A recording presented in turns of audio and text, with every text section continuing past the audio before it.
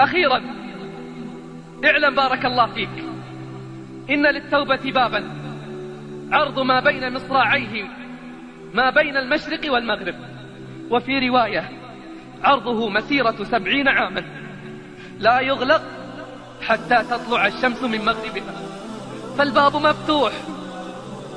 فالباب مفتوح فهلا ولجت. واعلم رعاك الله أن الله نادى فقال: يا عبادي إنكم تخطئون بالليل والنهار وأنا أغفر الذنوب جميعا فاستغفروني أغفر لكم. ولقد سمعت النداء فهل استغفر؟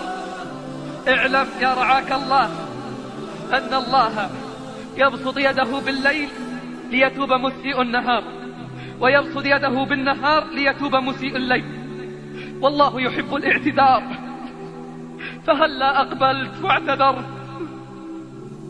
ردد وقل: اللهم اجعلني من التوابين واجعلني من المتطهرين الذين لا خوف عليهم ولا هم يحزنون.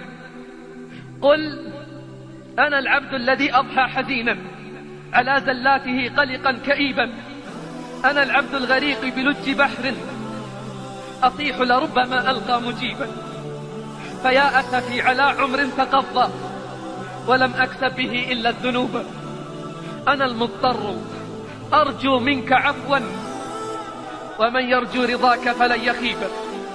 يا رب عفوك لا تأخذ بزلتنا، وارحم يا رب ذنبا قد جنيناه. كم نطلب الله في ضر يحل بنا، لما تولت بلايانا نسيناه. ندعوه في البحر أن ينجي سفينتنا، لما وصلنا إلى الشاطئ عصيناه. ونركب الجو في أمن وفي دعة وما سقطنا، لأن الحافظ الله. قال ابن القيم رحمه الله: إذا استغنى الناس بالناس فاستغني أنت بالله، إذا فرحوا بالدنيا فافرح أنت بالله، إذا أنسوا بأحبابهم فاجعل أنسك بالله، إذا تعرفوا إلى ملوكهم وكبرائهم وتقربوا إليهم لينالوا بهم العزة والرفعة فتعرف أنت إلى الله.